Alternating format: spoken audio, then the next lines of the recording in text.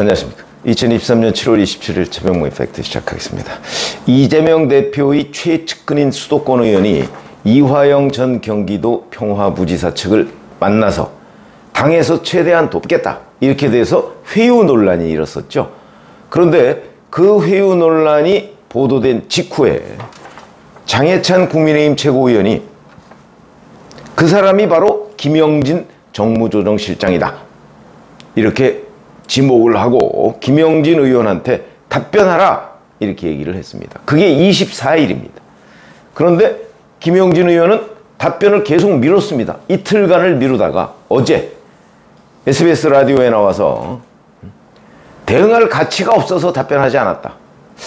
글쎄 말이 안 되는 얘기죠. 대응할 가치가 없어서, 대응할 가치가 없다는 건 자기 판단이죠. 이미 많은 매체들이나 많은 유튜버들이 자, 김영진이다, 이화영 측을 만난 사람이 이렇게 썼습니다. 저는 안 썼지만, 저는 말씀을 안 드렸지만 수도권 한 의원이라고만 저는 말씀을 드렸죠. 근데 다 김영진이라는 이름을 거론을 했습니다.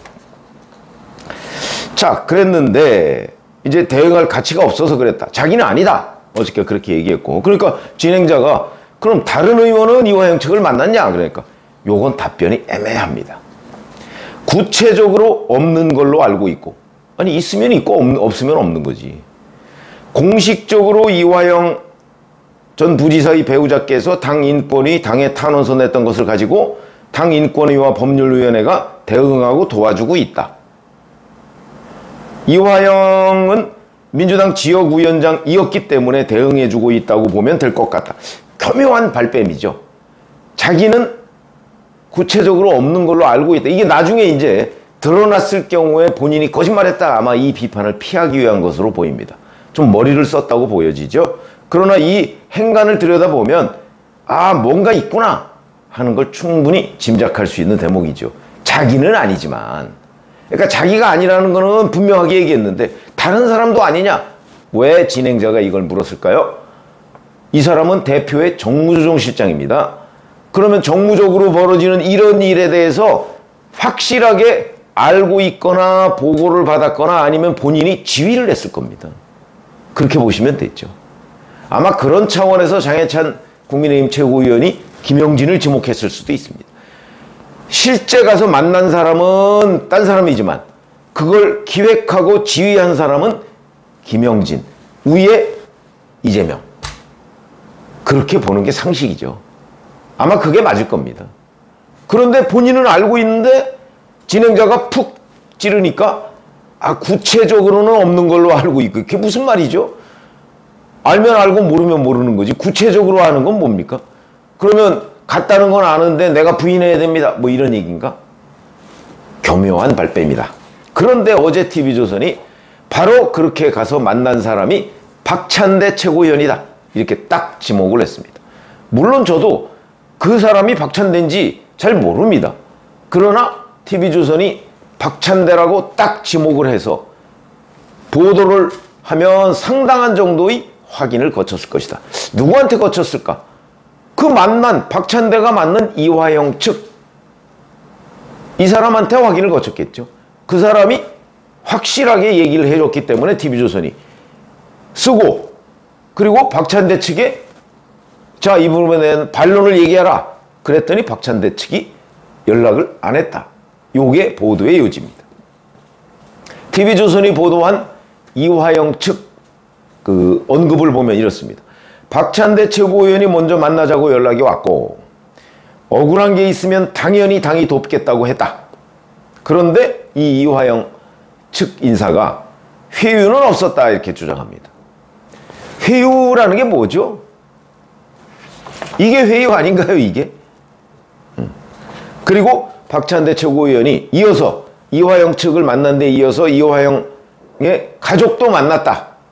아마 부인인 것으로 보이는데 만났고, 그 만난 뒤에 이화영 전 부지사의 부인이 이제 탄원서도 내고, 탄원서에는 뭐 검찰 압박에 남편의 이가 3개나 빠졌다 뭐 이런 얘기가 들어가 있고, 그 다음에 수감 중인 남편을 찾아가서 면회를 하고 이화영의 옥중 편지를 받아와서 당에다 전달해서 그게 언론에 공개되도록 만듭니다. 그리고 그동안 이화영 전 부지사의 부인이 이화영의 변호사하고 나눈 대화 내용, 그거 제가 어저께 유튜브 해드렸죠. 그거를 CBS에 나와서 잘잘잘잘 다 얘기합니다. 거기에 보면 아, 이화영이 검찰에서 얼마나 부럽구나 하는 것이 낱낱이 드러납니다. 그런 걸 보면 최근 1년의 과정은 이화영 전 부지사가 변호인과 상의해서 자, 내가 이쯤에서는 이제 실토를 안 할 수가 없다. 왜? 김성태 전 회장의 진술이 있지, 쌍방울 임원 진술이 있지, 국정원 문건 있지. 그러니까 도저히 여기서 버텼다가는 내가 혼자 다 덤터기 쏘고 가야 되는데 그럴 이유가 뭐 있냐. 이재명 대표는 나 신경도 안 쓰는데. 그러면서 요 정도까지는 털자라고 결심을 한 것으로 보이고, 실제 상당한 정도로 이재명의 방북을 쌍방울에 요청했다는 얘기는 방북 비용 대납까지도 요청했다, 이런 걸로 보입니다. 아마 그 부분도 진술했을 가능성이 높습니다. 그리고 실제 이화영 전 부지사가 법정에서 이 부분을 증언으로 하려고 했는데 부인이 긋고 말리니까 그러면 증언은 안 하고 진술서로만 내겠다. 근데 진술서도 내지 말라 부인이 이랬는데 변호인이 결국 냈다. 그게 7월 11일입니다. 그 후에 18일에 변호인이 법정에서 쌍방울 측에 이재명의 방북 주선을 요청했다. 여기까지만 인정을 했죠. 방북 비용 대납 이 부분은 언급을 안 했습니다. 그리고 옥중 편지에서는 방북 비용 대납 요청은 없었다고 했습니다. 근데 실제 없었을까? 이화영 전 부지사의 어제 CBS 라디오 인터뷰를 보면 실제 있었던 것으로 보입니다. 검찰에서 진술한 것으로 보입니다. 그런데 옥중 편지에서는 일단 부인을 한 거죠. 그러니까 이만큼 진출을 했다가 부인이 하도 난리를 치니까 뭐 약간 좀 후퇴한 것 아닌가. 그러면 다음번에는 이제 여름 휴가 뭐 이런 것들 때문에 2주 뒤에 열립니다. 8월 8일에 다음 재판이 열린다고 하는데 거기선 다시 더 나갈 가능성이 높다, 이렇게 보여지고요. 자, 그러면 박찬대라는 사람은 왜 이재명 대표의 최측근이라고 하느냐? 대선 때 이재명의 수석 대변인을 역임했습니다. 뭐 대변인이 후보와 얼마나 가깝다는 건 뭐 잘 아실 거고요. 그 다음에 전당대회 때는 작년 전당대회 때죠. 이재명계를 자처하면서 출마를 해서 최고위원에 당선된 사람이니까 찐 이재명 가다, 이렇게 얘기하면 되겠고. 자, 바로 이런 문제, 이걸 포함해서 탄원서 등등까지 놓고 전현직 법무장관이 어제 법사위에서 충돌을 했죠. 박범계 의원이 윤석열 대통령의 장모 법정 구속 이 문제에 대해서 질문을 하니까 한동훈 법무부 장관이 바로 이재명 측을 딱 끌어들였습니다. 그래, 한동훈이 이렇게 얘기했습니다. 지금 민주당처럼 이화영 진술을 번복하기 위해 이렇게 사법 시스템에 개입하려는 시도 이 재판 내내 전혀 없었다. 그러니까 윤석열 장모 재판 내내 그 시스템에 개입하려는 시도가 전혀 없었다, 이렇게 얘기하니까 박범계가 내가 이자를 묻는 게 아니고 최자를 묻는데 왜 이자로 답을 하냐 그러면서 막 소리를 지르니까 왜 소리 질러요 뭐 이러면서부터 또 막 공방이 있었고, 한동훈 법무부 장관은 법사위에 들어가기 전에 기자들한테 자, 민주당이 면회를 해서 진술을 번복하라고 압박하는 행태를 보이고 있는데요. 이건 권력을 악용한 최악의 사법방해이자 스토킹에 가까운 행태라고 생각한다, 이렇게 얘기를 했는데 사법방해죄라는 게 미국에는 있습니다. 우리나라에는 없죠. 미국에는 사법방해죄라는 게 있습니다. 아마 한동훈 법무부 장관이 그 부분을 언급한 것으로 보입니다. 자, 이렇게 보면 결국은 이제 이 TV조선의 박찬대 최고위원 지목은 맞는 것으로 보인다. 그러면 탄원서, 그 다음에 박찬대의 이화영 측 접촉, 가족 접촉, 그 다음에 옥중 편지, 그 다음에 이화영 전 부인의 이화영 변호인단 해임, 이것까지를 보면 이게 1년에 이화영 진술 뒤집기 이재명 측 공작이다. 근데 이 공작은 대실패로 돌아갔다. 이렇게 우리가 판단을 할 수가 있겠죠. 그러면 이제 남은 거는 이화영 전 부지사가 이재명 방북 비용을 쌍방울 측에 대납하도록 요청했다 하는 거를 일단 옥중 편지에서는 부인했습니다. 그 옥중 편지는 소인이 7월 20일 이렇게 찍혀 있죠. 그때까지는 부인한 겁니다. 그런데 제가 아까 말씀드렸죠. 검찰 진술에서는 진술을 한 걸로 보인다. 제가 이렇게 말씀드렸죠.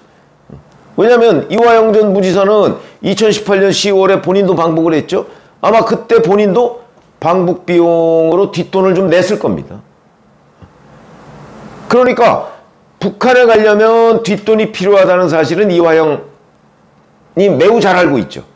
그런데 방북을 주선해달라, 좀 신경 써달라고 얘기를 하면서 뒷돈 얘기를 안 했을까? 아니면 안 했더라도 쌍방울 측이 이재명 방북 그 얘기를 했더니 뭐 벤츠도 준비해야 되고 헬기도 띄워야 돼서 돈이 필요하다는데요?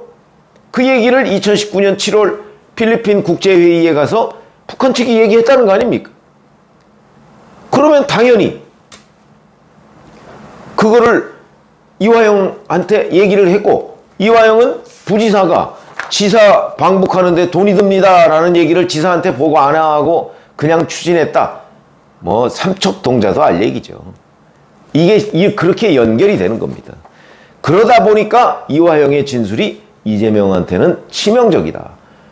그러니까 이재명은 이화영의 입을 막을 필요가 있는 거죠. 그 막는데 앞장선 사람이 바로 박찬대고. 자, 그렇게 보면 1년의 공작이 실패로 돌아갔는데, 그래도 이재명 대표 제가 보기에는 이 공작, 제2 공작 또 할 겁니다. 그게 이제 안 되면 바로 지금 그 박범계 뭐 이런 사람들 저 수원지검 앞에 가서 농성했죠? 그런 식으로라도 끊임없이 제2 공작에 들어갈 것이다. 왜냐하면 이화영의 진술이 그만큼 치명적이기 때문에. 이화영과 이재명 사이에는 중간에 아무도 없습니다. 정진상은 그 급이 아닙니다. 이화영급이 아닌 거죠. 이화영은 국회의원도 하고, 그 다음에 총독격인 이해찬 전 대표의 최측근이기 때문에 이재명 당시 경기도지사와 이화영 부지사 간의 관계는 지사 부지사 관계를 떠나서 약간 동업 파트너 형식이라고 봐야 되거든요. 정진상 정도가 중간에 끼어들 수 있는 건 없고, 다만 정진상이 끼어들 여지는 이재명의 뜻이 이겁니다 라고 부연 설명해 주는 정도일 겁니다. 그렇기 때문에 이화영 전 부지사는 나는 동업 파트너다, 내가 부하가 아니다 이재명의, 이렇게 생각을 할 겁니다. 그런 점들이 지금 바로 이런 둘 사이에 이 엇갈림 현상을 나타내고 있는 것이고, 그러다 보니까 이화영이 지금까지 이재명을 끌어들이지 않았는데, 자기가 철저하게 방어막을 쳐주고 있었는데, 자기가 이재명 요만큼 뭐 털끝을 딱 보이니까 이재명 쪽에서 생 난리를 치는 거죠. 그 이유가 어디 있겠습니까? 그거는 결국 이화영 전 부지사가 참 이재명이 가볍다, 지금까지 아무런 신경을 안 쓰고 있다가 내가 이재명 조금 불었더니 이 난리를 치냐? 불신이 깊어졌을 것이다. 그거는 곧 무엇을 의미하느냐? 이화영 전 부지사가 마이웨이로 가겠다 하는 결심을 아마 촉발할 겁니다. 그러니까 지금 이만큼 진술했다가 약간 후퇴했는데, 다음 진술은 저는 더 해서 이제 방북 비용 대납뿐만 아니고 KBS가 보도했듯이 그 대납 부분을 2번 보고했다. 그랬더니 이재명이 뭐라고 하더라, 뭐 알았다고 하더라 하는 내용까지도 실제는 더 나갈 가능성이 높다고 보는 거죠. 그렇게 되면 약간은 시간 문제지만, 조금 지체됐지만 이 이른바 이재명 측의 그 진술 뒤집기 때문에, 그러나 다음번에는 더 많은 진도를 나갈 것이다 라고 제가 예측을 하는데, 그건 한번 함께 두고 보시죠. 고맙습니다.